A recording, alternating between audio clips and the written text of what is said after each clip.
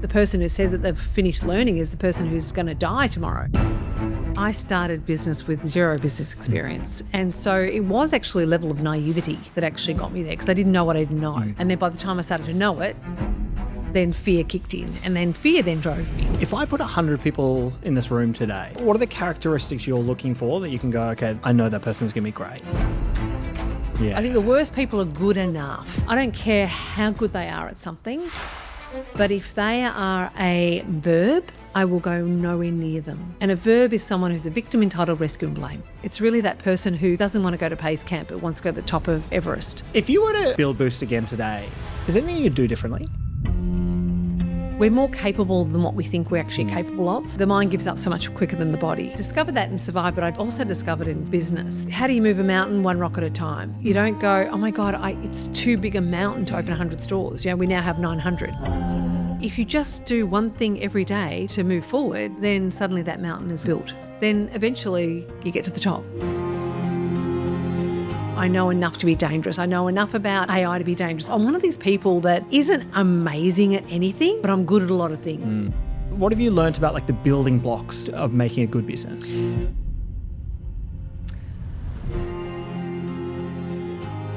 Welcome to The Fat. My name is Frank Reef, and I started this podcast after I sold a business for $180 million with my two brothers. It's part of my mission to raise $1 million for Children's Cancer Institute by writing a cookbook called Eat with Purpose. In this series, I'm going to bring different types of founders on for you can share in their journeys and their lessons and insights. I'm also going to bring on guests who are in the middle of scaling their business. I want to make sure the challenges are relative to you and make sure you can take insights that you can use in each and every day in your business. I hope you enjoy. Janine, what's the context we need to know about your younger years that made you the person you are today? Look, I think we're the sum of all the things that happened to us, not the one thing. And, so I think I grew up with, certainly there wasn't much money in the family. The presents were sort of secondhand bikes, so went to we're right out in the suburbs in a place called Knoxville that barely had been developed, like it was still a dirt road. And so it was sort of it was very lower middle Australia. Like there wasn't anyone that had their own businesses. No one was in executive management roles. They were all the workers. And so I think that you sort of grow up thinking that there's no financial net, right? So whatever you need to do it. There's no money there to go to college. If you want to go to college, you go to it. Mind you, I didn't know anyone that went to university, so I didn't even think about university as an option. So it was very much it gave you grit and it gave you resilience. The school I went to was Knox Tech, and it was renowned for, you don't mess with them. There would be Saturday night were fights with the local school, and, Knox Tech, you don't mess with them, right? And, what was it known for? It had a high pregnancy rate. I think it was the only thing that Knox Tech had put going for it. But it did give you that, it just gave you grit, and resilience. And, I remember one time I wagged once, I think, and then went to a mate's house and he got like an air gun out and was shooting people. And you just go, I don't know, really? And and it was also the era where, you just was sort of got on your bike and you went. And then, there's no mobile phone. There was no Life 360. You can track your children. It was just like they'll come home at some point. So it was sort of just this growing up in the 60s and 70s and 80s was just kind of like, you'll be fine. Get on with it. No air tags going in the shoes. No. The other thing that was interesting is I talked to my girlfriend about this. It was the era of put your head in the sand, So, if you got touched by someone as a younger child, it's like, oh, that's a shame, just get over it. Or if a boss put his hands on you, it was like, you just got to put up with it. It was sort of an era. And I'm not saying that as a poor me, it was just the way it was. I remember we hear about a flasher down the park and your parents don't go call the police. They go, just make sure you're with a friend. It was just such a different era. I remember the cleaner at the school was done for pedophilia, and it was like, oh, that's a shame. It was such a different era that you become quite numb. I'll tell you a quick story about a girlfriend Pia who grew up sort of in at this big park, and sure, you'd go into the park and there'd be a flasher and you just go, you roll your eyes and you keep walking. I remember she said a girlfriend came up to her and said, oh, Pia, I'm really distressed. And she goes, well, what's wrong? She goes, oh my God, you can't believe it. This guy came up and flashed me. And she was getting really distressed, and Pia's looking at her going, and the problem was, oh, that's right, that's wrong. That's right, I forgot, it's wrong. So you are in an era that has different ways of looking at it. And, you know, I think that it's good that we've come to a space where it's not acceptable to flash and it's not acceptable to touch people. And, you know, that there is now that education that, you know, I think it was back in there, 1 in 5 kids were touched in some capacity. And, you know, and to be honest, I can remember, I could probably see, I know people that would that be the case. But now it doesn't happen because the education is so much better. So I think grit. Actually, a very long way to say grit. No, I love that. Thank you. You make my job easy, like do it like that. It's not a 3-word answer. So, what's the you know? I know you've shared the story so many times. So, what I'm always conscious of is let's go through the journey, and for the next 45 minutes, we go step by step. You're like, Frank, I've done this before, but I would love if you could encapsulate the journey of business in the top level. What would that be? I think, you know, you've got to remember that I started business with 0 business experience. And so it was actually a level of naivety that actually got me there because I didn't know what I didn't know. And then by the time I started to know it, then fear kicked in, and then fear then drove me. So it was either the naivety or fear. So I think that it was pretty much, I think the key thing is if I sit back now and go, oh my God, I opened 100 stores in 4 years, right? And it wasn't, and I think that, and a bit going, you know, we spoke about Survivor before we started airing. I think sometimes we're more capable than what we think we're actually capable of, and we put barriers on us. And I think the mind gives up so much quicker than the body, you know. And I discovered that in Survivor, but I just also discovered in business that you just do it. You know, how do you move a mountain 1 rock at a time? You know, how to build a business, you build it 1 day at a time. And that's pretty much it. You don't go, oh my God, it's too big a mountain to open 100 stores. You know, we now have 900, you know. But if you just do one thing every day to move forward, then suddenly that mountain is built. The naivety element's really interesting because I think the right amount of balance of that is the perfect starting position for a first time founder.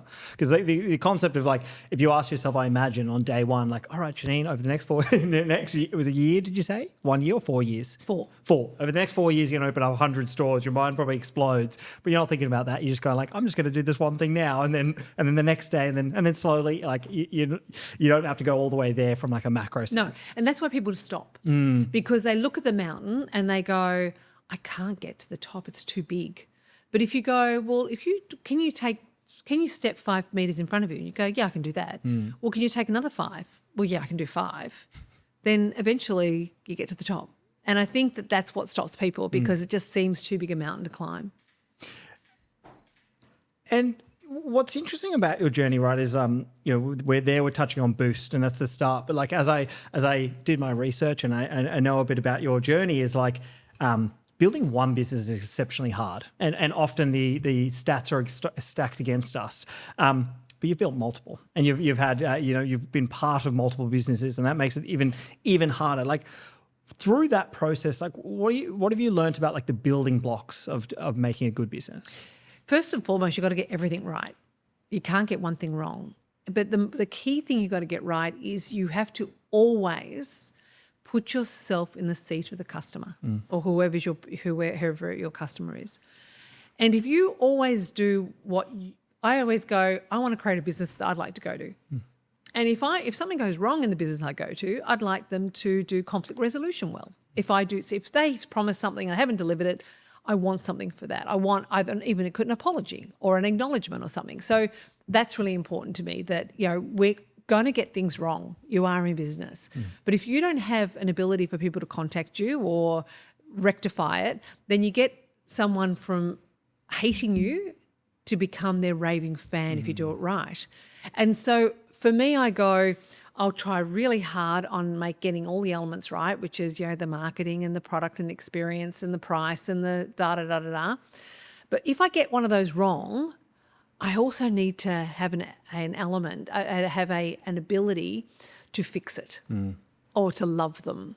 And so I think that it's the really giving a shit about a customer. And I've seen so many businesses go, well, things go wrong and they go, well, it's going to cost me money to fix it. Well, it's going to cost you more money if you don't fix it, because they're going to tell 10 people, or they're going to, that they're going to put a review on it, or they're going, so what's it worth to you to not fix it? So people look too short term. 100%. Like they're short term. I love that you said that. And I think one of the things I see a lot with like early stage founders, and I don't know if it's a sign of the times, but like they start and the first thing they think about is like, how do I, the scaling, the mechanics, the processes.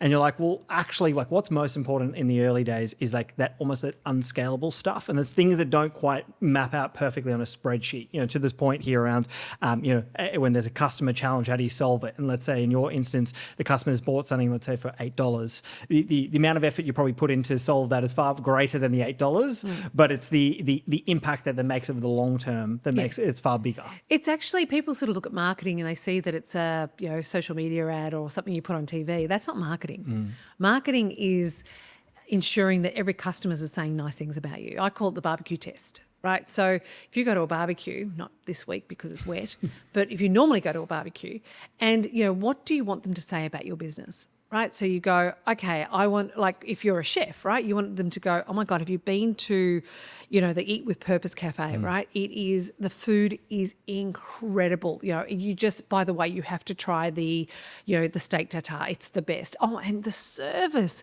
When I walked in, what do you want people to talk about you at a barbecue and then be that, right? And I think that I always go back to, what do I want people to say about me? Or do you want them to say oh, look, God, the steak was actually, tartare is cold. The steak is cold. And, when I said to them, I have a complaint about the steak, they go, oh, well, you're the only one that does that. Or I'm sorry, that's how the chef does it, bad luck. And then you go, God, never go there. Like it is absolutely, seriously the worst place in the world. Just don't even bother. Like it's just that cold. Like there's a place up in Palm Beach that opened, and I think they're getting better, but it was like a great iconic place, but the food was crap. So when you hear people around the barbecue, it's like, oh, geez, such a shame they haven't got the food right. Like it's, or the noise isn't right, or, what do you want? And if one person's saying it, 10 people are. If 10 people are, 100 people are. So how do you practically apply that? Because I imagine when you've got one store, nice and easy. The scale that it's at today, it becomes exceptionally hard. Yeah. Like, how do you apply that as a business scales? Well, first and foremost, you have an ability for people to complain, right? And then you do things like Google reviews. So you're taking that side of the business seriously, because you're right, you can't get it right. So Kai and I were thinking about how to create a cool ad where you hear it and you're like, whoa, I want to buy the Eat with Purpose cookbook. And then we started saying, why don't we make like big sounds like but then he said that'd probably be annoying because they might be driving. Anyway, eatwithpurpose.net. All the time. And you train the staff to do certain things, and you hire the right people that give a shit. You hire the right people to ensure that you can systemize things so you can get it right mostly. You put cameras in and you actually check them, right? So you put all the mechanisms you can in, and then I go back to what I said before. If all of them are in and you still get it wrong, there's still a net, right? You've still got a net to go, okay, we've still got it wrong. Damn it, that person, car broke down, the store didn't open, or the staff had a bad day or whatever, and so, but we've still got that safety net to be able to turn them back to raving fans. The concept there of the raving fans, I had a smile on my face when you said that before. We used to have this game in our last business, and it was this idea of you get that customer complaint, and the game become like, how do I turn that customer complaint into a delighted, happy customer? It's a game. Because it's really funny, right? Because if you have a customer that doesn't provide positive or negative feedback, and then you have one that provides negative feedback, but you make it your mission to have them have a positive experience, they end up being a better customer than the one that didn't 100%. Provide either. 100%. And it's really, really interesting how you handle that, how you handle that with tact, and you have that opportunity to deliver delight. Also, the reverse is this, and I've seen it before. Someone complains, right? I checked with the staff member, that's not what happened, right? And then, so there you've got them even more pissed off, right? Instead of going, no, I didn't even check with the store. I'm really sorry that you had that experience, right? don't care, don't want to look into it, unless it was like, some food thing or whatever. But you go, I don't care if that's your experience, whether you're right or wrong has no relevance. I just want to make that customer happy. 100%. This is going to be a hard question to answer because it's quite macro, but I'm really curious. So, like, apart from that, like, what are the biggest learnings you've gotten through the experience? Was it the immense scale, the number of stores? Like, if you boil down a couple of key learnings from business, what would they be? It's not the immense scale, because I go back to the mountain theory of you build a mountain by one rock at a time. So you don't. It's not that, because that's just a part of growing. Like, how the hell I got to my age, because another year went by, Jesus. But I think so what was the question? The biggest key learnings from the journey for you? It's people. It's people. It's not allowing people to get into your business that are bad. Like, it's always people, and the amount of people that go, they, in your gut whether they're right or not, right? And you justify it because you can't be bothered, can't be bothered, or haven't got time, or they're good enough. Yeah. I think the worst people are good enough. And it's like, I'm a firm believer on send people on holidays because you know what's happening in the business, right? And, I've never known anyone who's fired someone and said, I wish I kept them longer. Right? It's always, I kept them for 6 months too long, or a year too long, or too many years too long. And if you've got someone in your business being damaging, and sometimes people can talk the talk, which are the most dangerous people because they can hide a lot. If you've got those people in your business, every week they're in your business, it takes 3 weeks to fix it.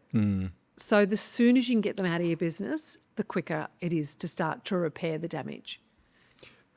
I find the topic of people in business really interesting, and it's specifically through the lens of post-exit, then going into the social media world, and I do a bit of content and I talk about, and I find the one thing that most people find like instantly boring when Frank talks about is the people side of business, which I find really interesting because, so for context, our last business had 400 team members, and I realized very quickly the game of business is won through your ability to find great talent, attract them, and keep them in the right seat. Essentially, like every problem you have can be solved with the right person.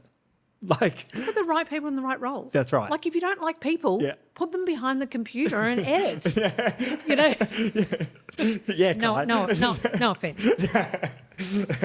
But yeah, it is interesting. I think maybe it's like the concept of the people almost is like monotonous to someone when they're hearing the business. It doesn't feel like quick and simple and easy because it doesn't matter.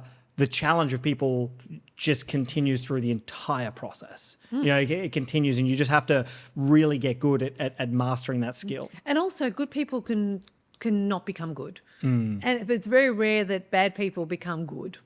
But, occasionally, sometimes, they have a change of direction, or they have a baby, or there's something that happens that changes the way they think, and, so it's an interesting one when you have people, but I think, it's just, the advice is always move people that aren't working on.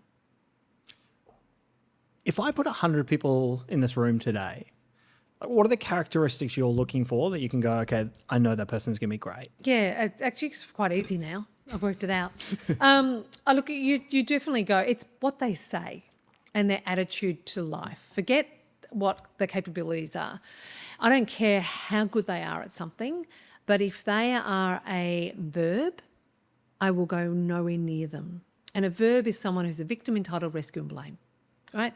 And I'll give you an example. So someone who has been in a job a long time goes, I'm really pissed off. I've been in this job for 3 years. Why haven't I got a promotion? Right? I'm entitled to be successful. People that are victims, right? I never get the opportunity, right? Or people that need to be rescued. They can't find the answers themselves. They don't even try. They just wait to be helped, right? And also the one that blame the world. Oh, my business is down 10%. It's the economy, right? As soon as you blame someone else, you take the power to fix it out of your hands. So I sort of look for people who I call it SOAR, right? So people who go, hey, gee, it's SOAR is S solutions, right? People who go, business has problems every day, right?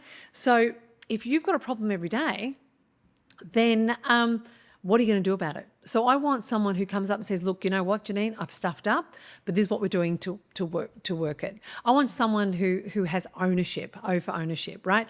Someone that says that, Janine, don't worry about it. I've got it. I did the problem. It's my problem to fix. Leave it with me. Great. I need them to be accountable and responsible. So I want them to soar. And so when I even interview people, I will get them to say things. I'll ask questions like, can you give me an example when, you know, can you tell me when things went bad, what happened? And I'm listening for the, oh, well, you know, when it went bad, you know, God, it was the whole team. The team didn't, I was left carrying the bag. I go, right, not for me. If I come across someone in an interview and they go, so tell me a thing that you had a challenge with. So look, you know, this thing happened. It was completely my fault. But what I did about it was this. I go, right, give me that person any day over that person. Love that. And do you think those are the same characteristics you're looking for in like a young founder to know you're going to make it or not? Totally, Yeah. completely. If someone comes as a business operator, that's the biggest thing you have to be, is a good problem solver. And their buck stops with you. If you start blaming other people or things out of your control, there's a reason why most businesses fail. And that's a big part of it. I want to actually double click on that for a second. I was having a conversation. Are you familiar with a person called Simon Squibb? So Simon Squibb, big name. Is he short? I don't know. well, I'm short, so to me, everybody's medium or tall. I was having a conversation with him last week, and it was around this idea: 90% of businesses fail. And I was having it again with another founder in Australia called Charlie Gearside, built Eucalyptus. And it's been sitting on me like a bit where I don't know if that stat's real. And the reason why I'll share with you is like, you know, it's hard to know how many of those are just like an ABN that started, or it's hard to know, do they start two businesses as a person, those failed and on the third it was successful. And, you know, if you change the metric from businesses to people, of like how many people that like truly give it a crack, how many of them are successful? I'm just curious in your opinion, like, do you think the stats are like that black and white, that 90% of businesses fail? I do think that there's something in the fact that, you know, it's a shame if you fail and not keep going. I do think that more businesses fail than they succeed. Whether it's 90-10, I don't know, but you can see why they fail. It's often never a surprise. You know, they get themselves into financial trouble, right, really quickly, and don't have an early plan to then combat when things aren't going right financially, or, you know, or they just, you know, like I've got a business called the Business Academy, and I love seeing their faces with the aha moment where, you know, one guy was saying he was a landscape gardener, and he said to me that, oh, you know, my major client, you know, he's driving me mad. He's giving me all this work and he expects me just to deliver still on time despite the fact he's giving me all this work. I went, can you hear yourself? Can you hear that you're saying that the guy that's giving you work, it's his problem, that you're late? I said, you're going to lose him and you deserve to lose him, right? So that's an example of a guy that I had an aha moment. I said, what are you doing about actually thanking him for the work and getting more resources so he can deliver on time? It's not his problem, right? And it was real, like he went, oh, actually, oh, she's right. I just kept thinking that, you know, he's nagging me because I'm not delivering on time. Well, mate, hello. So it was, or you say to someone about, hey, have you thought about trademarking? Oh my God, I haven't trademarked. Or do you own your own product? Oh, do you own the fact that you got a consultant in to do a logo? You know you don't own your logo, don't you? And there's all these aha moments of, and people just going, God, business is just too hard. But the main one is they run out of cash and they don't see it coming, yet they see it coming, but it's like tomorrow's problem. But yet, guys, tomorrow comes. Tomorrow, oh, yeah. When it comes to cash, tomorrow definitely comes. Yeah. Oh, that's put a smile on my face. Come think about where our newest business, we're doing it very differently to what we did last time. This time it's we're bootstrapped last time, doing it again, but this time we've gone big really quickly. So pre-revenue, we're now up to a team of 15. We're spending about 150 grand a month. I'm like, yeah, tomorrow comes. we better run. We better run, Janine. Of those ones, so those are kind of the elements there that you see, like the commonalities in let's call that the failure. What are the commonalities, apart from the mindset stuff we talked about before, for the successes? I go back to the verb and saw. Okay. People who are prepared to just keep at it. people who listen to their customers, people that plan effectively. And I go back to the cash, right? I always find that you need to ask for cash when you don't need it, right? So go to the bank when you've got money in the bank. Don't go when you're sort of nearly insolvent and you're desperate. No one will go near you. First of all, they know you can't manage money. So I think that it's really critical that people that understand that they can separate people from their business. Yes, people have mortgages. Yes, they have children coming. Yes, they have all these challenges, and you don't want to put them in any hardship, but that's business, and you have to actually let your business flourish, because then you're going to lose a lot more people because your business isn't flourishing. So it's just a mindset. It's really that person who doesn't want to go to base camp but wants to go to the top of Everest. It's that person, because not that I've ever done base camp, but a lot of people can get to base camp. A lot of people can't get to the top. Boom. We'll cut that up for the trailer. Thank you. One of the things I've noticed, through the different businesses that you've been part of and built, there definitely feels like a through line, like a multiple, I don't know, do we call it hospitality, like Boost and Betty's or like food? My question is, have you ever been tempted to completely stray? You hear about the AI and the tech and all these things, unless I've gotten it wrong, and you are part of those. Have you ever been tempted on those other kinds of businesses? To stray in what way? To invest in? No, I mean to build, right? So to build. So I guess I'll bring it back for a second. Our business, first one, real estate. We're in the real estate game.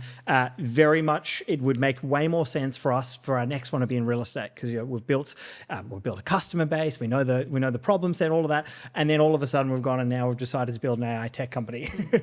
Crazy, but maybe a terrible decision. And why is that? Because I don't know. We were like, that just looks exciting. And so my question to you is the idea of were you ever tempted to go get out of the the food hospitality game and just go into something completely different? Look, there's similarities in every industry, right? And we go back to people, right? And we get people managing cash, and So when I was in Shark Tank, there was nearly 80% or 90% of businesses are identical.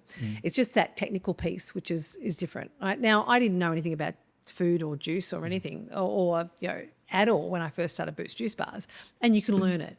So I think, but I have sort of had Boost for 25 years. And so with tech, I'm an early adopter in anything to do with tech. So as a user, because I have this view of there's a better way, I'll find it. And so understanding tech and being in tech ever since tech's even existed, because when I started Boost, there wasn't even internet.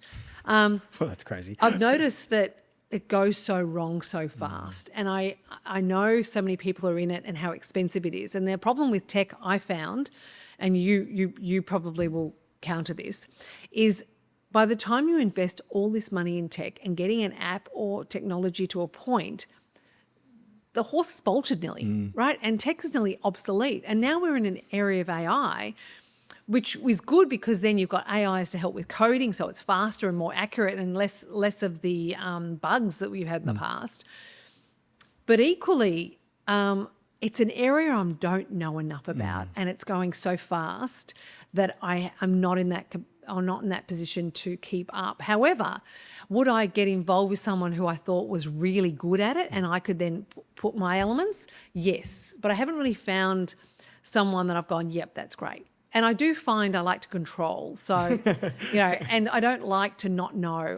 Everything I do, I know enough to be dangerous. I know enough about AI to be dangerous. I know enough about legal to be dangerous. I know enough about I know enough. I'm one of these people that isn't amazing at anything, but I'm good at a lot of things. But I'm not, when you do those, mind tests where they go, are you creative? Are you analytical, right? I am like bullseye. I'm smack in the middle. I'm not good at anything.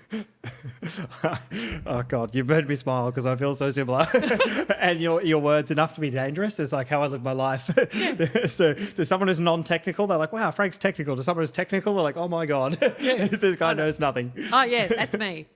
If you were to build Boost again today, is there anything you'd do differently? No. And does that mean I got things wrong? Yes. Does that mean that, there was some people I could drown? I shouldn't say that. Run over. Yeah. No. Much less graphic. Okay, maybe. And there's people I've got in my business and I really hated that they got in my business. Yes, right. So all of those answers are yes.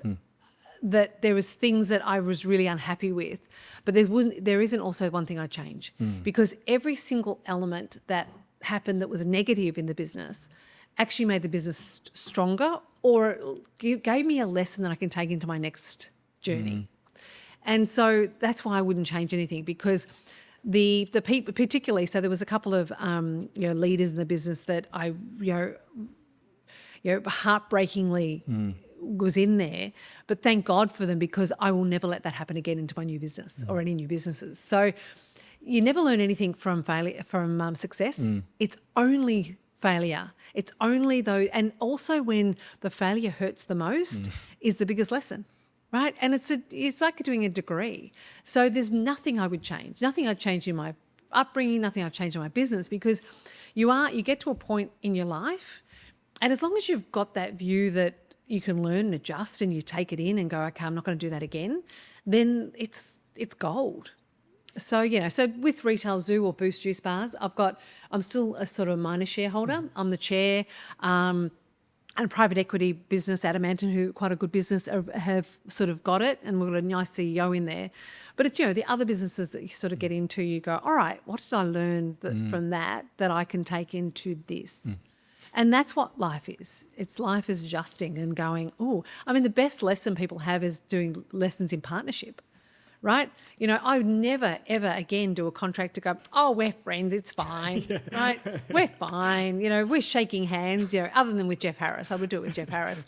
But anyone else, you would just go, yes, we like each other. Yes, we're in honeymoon period, but we are putting everything in writing, and we're talking about an exit, and we're talking about all the hard stuff while we're happy, because if it ever gets there, I need to be able to draw on something. That brings a huge smile to my face, Janine, because we went through a merger in part of our journey. And towards the exit, it was like, okay, it's time to package this up and get ready to sell. And so through that merger, we realized that there was a number of joint ventures we had, which were strong tens of millions of dollars of revenue. And I was like, all right, cool. Let's have a look at the shareholders agreement. It's like, oh, no. It's just this A4 page and a handshake. I'm like, Jesus. And so going through that, you're like, okay, yeah, you see exactly why. And it's so hard to think about those things that could happen. Why? With so much That's time. what we're supposed to do. Yeah. That's our job. Yeah. We have to think Armageddon. And look, that's why in some respects lawyers are the biggest killer of deals, because they'll sit there and they'll scare the shit out of you, because they talk about all the things that go wrong, and they'll share this, if you let that one go, these things are going to happen. So you've got to have a commercial discussion, but you need to be aware of it at the time, right? So you 100%. you have to have those hard discussions. You have to go, hey, look, we're getting along really well now, but in the event of who makes that final call? Or if there's a drag and tag, whether I'm selling and I'm dragging my minor shareholders or tagging them along, but also if you own 3% or 5% or 10% of my business and you're stopping me making a decision, shame on you, right? For not thinking that, hey, I have control and understanding that. And I say that in the best possible way, because I had to learn that too.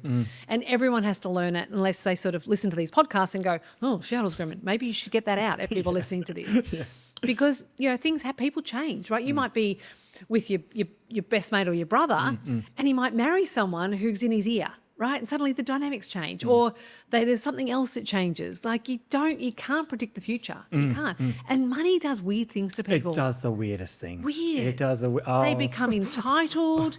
They become, I deserve. They become, actually it was one, there's one woman who, I won't tell you her name, but she had this phenomenal business. And she did the same thing. She got this shareholder in, and it was an early employee who she gave equity to, and then somehow it passed on to this other guy. And she goes, this guy got kissed on the dick. He literally did nothing, and I had to write him a check, and it made me sick. So you've got to think about, just because they're the best employer at the moment, there's other ways, you can do it, because, you might go, here is equity because you're amazing, and then they go off to travel around the world, never see them again. You've grown this massive business for the next 20 years and they've had nothing to do with it, and you just write them a check, right? It is, that happens all the time. You're looking at it. You're looking at him. It's happened. This time around, we're thinking about the employee share scheme, and it is really interesting, the idea of employees and shares. Podcast didn't happen earlier for you. I know, seriously. Where were you, Janine? And it's so funny because, I reflect again back when the early days, we were just amazing employee, been here for a year, how good. Here's whatever percentage points. We did no options, no vesting, nothing. Just boom, here you go. Oh, that's generous. Yeah, I know. Foolish is another word that comes to mind. and sometimes it works out really, really great. Sometimes it does. But my God, seeing that, you think about it so differently than going through it. And to the exact point, you haven't been here for the last X number of years. Here's multiple millions of dollars, and even through the process of selling, you've got to go track that person down and get signatures, and they're not answering for multiple weeks, and you're you've got 3%, why don't you just answer? We're going to make you rich. It's really hard to think about these things in the future, and this idea of making mistakes to learn. But I think this is part of it, and I hope when people hear, they're okay, something I've not thought about, but I can then hopefully apply. But there is ways. I mean, look, I'm the first one to go, if people are on the journey with us and there's an event or a thing that they get, the people who are with you on that journey, they get a piece of the pie, right? I'm a massive believer in that. In actual fact, with Retail Zoo, there's been lots of millionaires in Retail Zoo that have made money, right? Love it, right? But there's ways of structuring it. So, for example, if they're with you, great. If they've gone, not great. They shouldn't get anything. So, or that there's an element, a portion that they get. So there's ways of structuring that's fair, but also is equity is valuable. And people sometimes go, I haven't got the cash. Can we use equity, for it? So if anyone's listening and someone offers you equity instead of cash, take the equity. Yeah. Do I have some stories to tell you, Janine?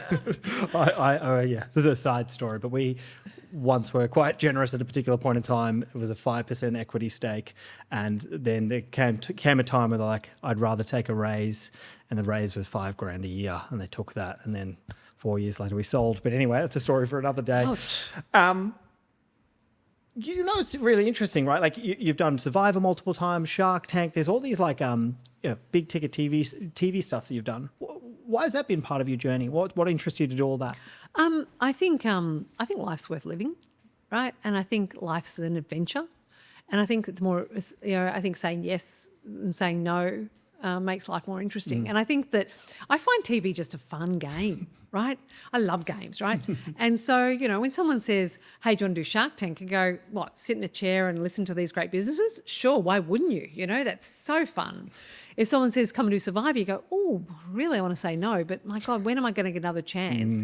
When do I get an opportunity to really test myself and get thrown into a desert island, but then know deep down if you get really hungry or whatever, you can leave, right? Yeah. You're not really stranded on a desert island. Who gets a chance? And I'm really competitive and love games and love Survivor. So, why not be part of it? I'm not a very good spectator. I love, I don't want to watch sport, I want to play it. You want to be in the arena. If I don't want to watch a game, I want to play the game. So, so for me, saying yes is just part of my DNA, and I think life's more interesting to say yes. I mean, I've had some great experiences. I got to hang out with Gordon Ramsay for 5 weeks. How was that? Yeah, he's so cool. It's cool. He's a great dude, right?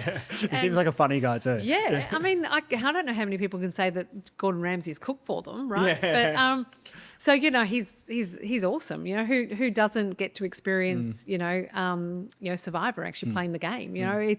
It's so cool. So why wouldn't you say yes? Did you learn about yourself through the Survivor process, through testing? You can't. I think anything that's adversity, that creates adversity, is learning, right? I think having babies, having kids, when you're hitting walls, that learns. I find my children teach me so much about me, because you are new in the baby world, having only little ones. You foolishly think that you have a control of how those children end up, right? You think that they're going to go to university and they're going to follow a certain line and they're going to do this and this and this, And then you realise when they're grown up that our role is to keep them alive, because at 3-year-olds, they just want to run on a road and run on the beach, right? You've got to keep them alive. That's important. The second one is manners. Give them equity and love. Equity, probably not equity. Give them love. Give them manners, right? And as much integrity as you can, but they come out how they come out, right? If you described your child, your 3-year-old child now, you will describe that same traits will be that 30-year-old child, right? And so I've got a hippie, an environmentalist, a wanker, and a beautiful divine child, right? And mind you, the wanker is one of my favourites, I've got to say. He is so cool and he's so awesome. But, I've got this capitalist and a hippie, and I've got all of them, right?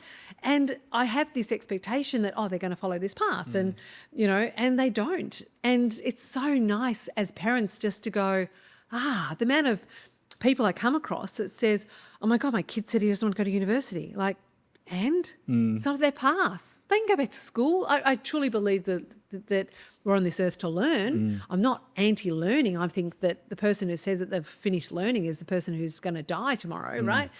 But learning comes in so many different fields, not just university. And I think that if your child is coming up to you and saying, I don't want to go to university, I want to go and be a plumber, mate, that's good, because AI doesn't take plumber jobs. 100%. Oh, God. I'm smiling more than I normally do. I do a lot of smiling, Janine, but when you said you describe your 3-year-old, you'd be describing your 30-year-old. I was thinking about this morning. I said to my son, he's learned a new thing yesterday, so he's 3 years old. I said to him, do you want to wear this shirt or this shirt? And he goes, Daddy, no more questions.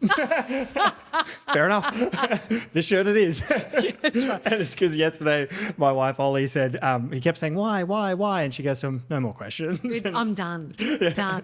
I know I've charged I actually said to my son once, he was sitting in the back of the car, I said, I will give you $1 just to give me 5 minutes of silence. And he kept sitting there going, is a minute up? Is a minute up? Is a minute up? It's like, Millie. And so, like, after all of these different things in your journey, what drives you today? I think it's to have a curious mind. Like, probably the only time I get into a funk is if I haven't feel like I'm got a purpose and I'm moving forward. And you sort of go, right. So, we're fortunate enough, both of us, to be in a situation we've got a certain amount of financial freedom, right? Which is great, right? Doesn't give you purpose, doesn't give you happiness, gives you stuff, right? But, and so for me, what gives me great joy is to feel like I'm moving forward and achieving things and creating things. I love creation and I love solving problems.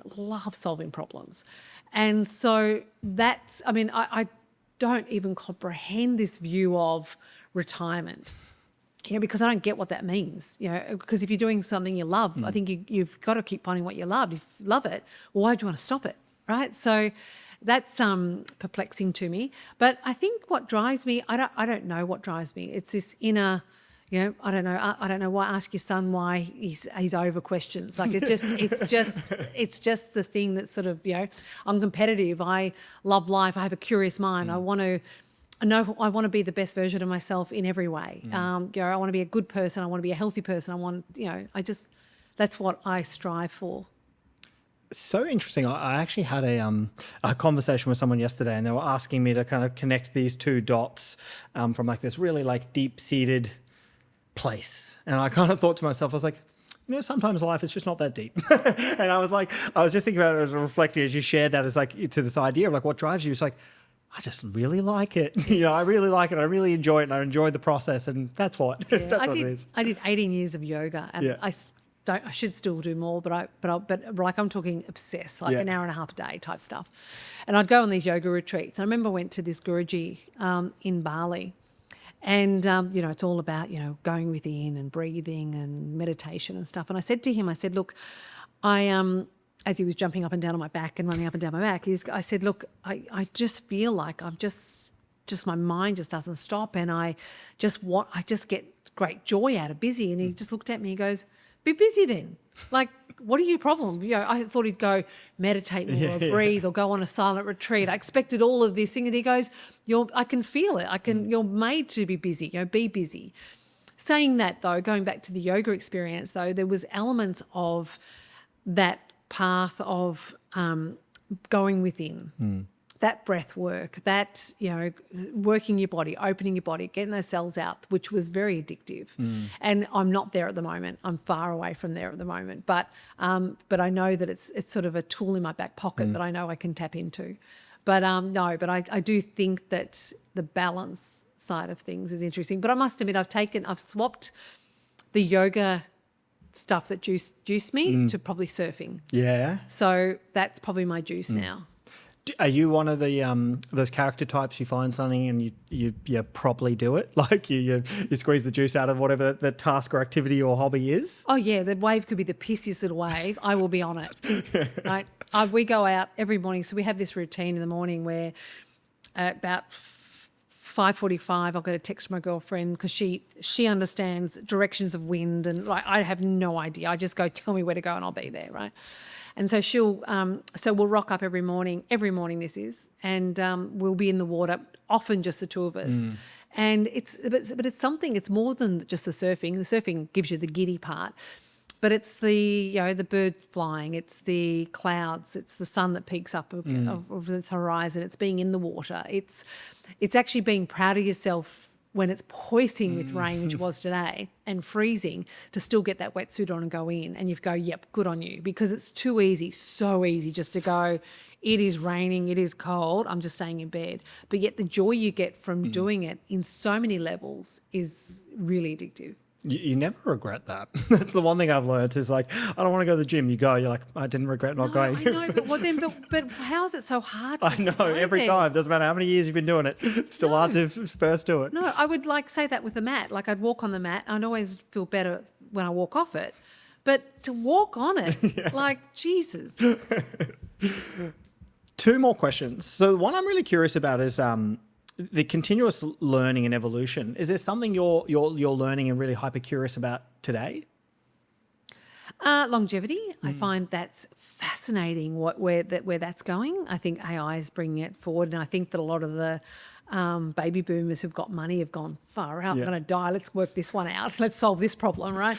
So I think it's really fascinating. The how do you keep the body in optimum form? I don't want to live forever, but I just want to live as good as I can before I fall off the perch, right? That's all I care about. So I think that area is really fascinating, and I think that industry is booming. So I think that's fascinating. I think things have been around for years, like really looking and trying to understand peptides and how that can benefit people, but understanding that it's not new. It's been around. Russians been doing it for years, right? But it's that thing where, because there's no money to be made in it for the pharmaceuticals, the research isn't there, but the results are quite extraordinary. So it's one of those ones that I'm sort of looking into and investigating now. I find it fascinating. That's interesting. Yeah, you listen to Peter Attia and the Humans of the World, or what? In terms of like the where do you get your knowledge for in that space? A few things. First of all, there was this lady I went to years ago called Dr. Elizabeth Yule, who is very much into longevity and so I was going to her in San Francisco, and she introduced me to peptides. Not that I took them at the time, but the first time I ever heard the word peptides, other than obviously when Essendon got done for them. Oops, right? Which everyone went, oh my God, these drugs they're giving them. And you later go, oh, okay, I understand why they would be giving them. And, because it's recovery, blah, blah, blah. So she sort of brought them up. And then there's a massive wave now of people going, oh my God, I've got the glow stack, and I've got the Wolverine stack, and I've got this stack, and it cures this, and it does this, and it does that. And so I think there's a lot of incredible good that comes from it. I just think that it's not, things that you need to be careful. They talk about something like this CJC, right, which is this incredible growth hormone that you need, and it's great for when you get older. But they also don't talk about the fact that if you actually have cancer, you don't know about it. They don't know, but logic says it helps all cells, including the dodgy ones. So I think there's things in there that are incredibly interesting, but because there's no money in it, it's not getting the pharmaceutical traction, but what's happening is the wave is actually quite extraordinary. But it's actually, to be honest, it's my son who is obsessed with this space, and he's been talking to me about it for years, and then slowly researching it and slowly going, okay, I'll start to think about if that's a benefit for me. It's interesting because there's definitely an evolution I see with it's like a lot of post-exit founders at a particular point in the time, they realize like actually health is really super important, and they go through the journey. Kai and I flew to America, and we were interviewing a guy who'd sold a very significant business, and his next thing he'd focus his sights on was on the peptide space. And really, I'll vague it up to not reveal any critical information, but it was really interesting. There was what I didn't know prior to talking to him is how drugs are sold and patented is patent based on the delivery mechanism. So, for example, if something is an injectable, they have the patent over that. But if you can figure out how to make it a different type like of a nasal, yes, right, then you can have the new patent. And so there was a very fast, very extraordinary drug that he'd figured out through getting connection with the right scientist, how to turn that from an injectable to like an oral, like a mint. Yep. And he was talking us through this process. He bought a compound pharmacy, and I was going, oh my, it's like, oh my goodness. Oh, no, so over my pay grade. It's just, yeah, it's quite crazy actually. Have you looked into peptides or? I spent a fair bit of time listening to like the Hubermans and the Peter Attias of the world in the whole longevity space. Very interesting. I wouldn't say I've gone like super deep, but that was one of the thought experiments we'd gone down for our next business, was to go to like the intersection between health, tech and AI and do something. We just had this like theory, which is kind of, you walk into, let me start again. I went to my GP and I said, hey, I'd like to think about longevity. And she's like, you're 29 years old at the time. Your chances of dying are X. Don't come back for 10 years. And we were like, that can't be right. Yeah. And then I also thought about, the GP, you walk there, the lights are a bit, everything feels a bit like stale and stuff. And we're like, what if you made like the GP or the hospital space like feel cool, like, a cool experience, a cool place. And instead of, come back in 10 years as you track everything, and then everything's like a tech dashboard, et cetera, et cetera. And it's a wave that's happening in America. But the biggest challenge for us was like the regulatory environment to start a business there when you don't know. We're like, ugh. Yeah, I think my view is that there's an inevitability of what happens when you age, right? No surprise, right? The increase of the 5 deadly sins are increased, which is obviously cancer, Alzheimer's, blah, blah, blah, heart attack, etc. And it's the reason these increase is because cells are becoming zombie cells and things are getting bad. And then those knees that you really trash through netball start to really hurt. And then suddenly, because your knees hurting, you're not being active anymore. So then because you're active anymore, so it's an inevitability, right? So we know that path, right? That is a very clear path that nearly everyone will follow, right? So then for me, not doing something it seems ridiculous. I don't understand why you wouldn't go, all right, so Peter Attia or David Sinclair or, Huberman or, all of these people who are really deep diving into it. Why wouldn't you listen to them? Say David Sinclair is he spends his whole waking moment thinking about how to turn back the age of time. And he's got little rabbits and bunnies and rats all being tested, right? So I just go, I don't understand why would we just accept that as an inevitability when doing nothing is not an option for me. So, and look, let's not kid ourselves. The best things we can do is keep moving and eating well and not smoking and not drinking and all that stuff. We know that, right? But to keep moving, you need to make sure that your body can move. 100%. One last question for you, Janine. As you reflect on the journey, what are you most proud of? I think my family, because going through a journey and, going from, having 3 little kids and running your own business and having a busy executive husband, the fact that my kids are really good humans, right? They're totally different. And the most important thing that I'm really happy with, they love hanging out with us, right? That's the thing I'm most proud of, is that, so Riley's got his birthday coming up. He's a ridiculously successful YouTuber. And, everyone's flying in for it. Right? Everyone's making an effort for it. I'm proud that the family so close that they would do that. You know, when we have OG dinners, right? So, you know, which is, you know, if my husband's having a birthday, he just wants OG, like the originals, right? So, and all the originals always come. We have an absolute hysterical dinner, normally at my expense, being told how they got away with that and how they snuck out at 9. You know, normally it's all those stories. Actually, I've got my oldest son, he's sort of going, he's now 33. He goes, "You ready for my stories?" I said, "No, not yet." Not quite ready for those stories. But I'm pleased you're here and alive to tell me these stories. I think that's probably the most thing I'm proud of, is the fact that the family, despite the fact that, you know, I was busy and maniac and crazy, that everyone really digs each other.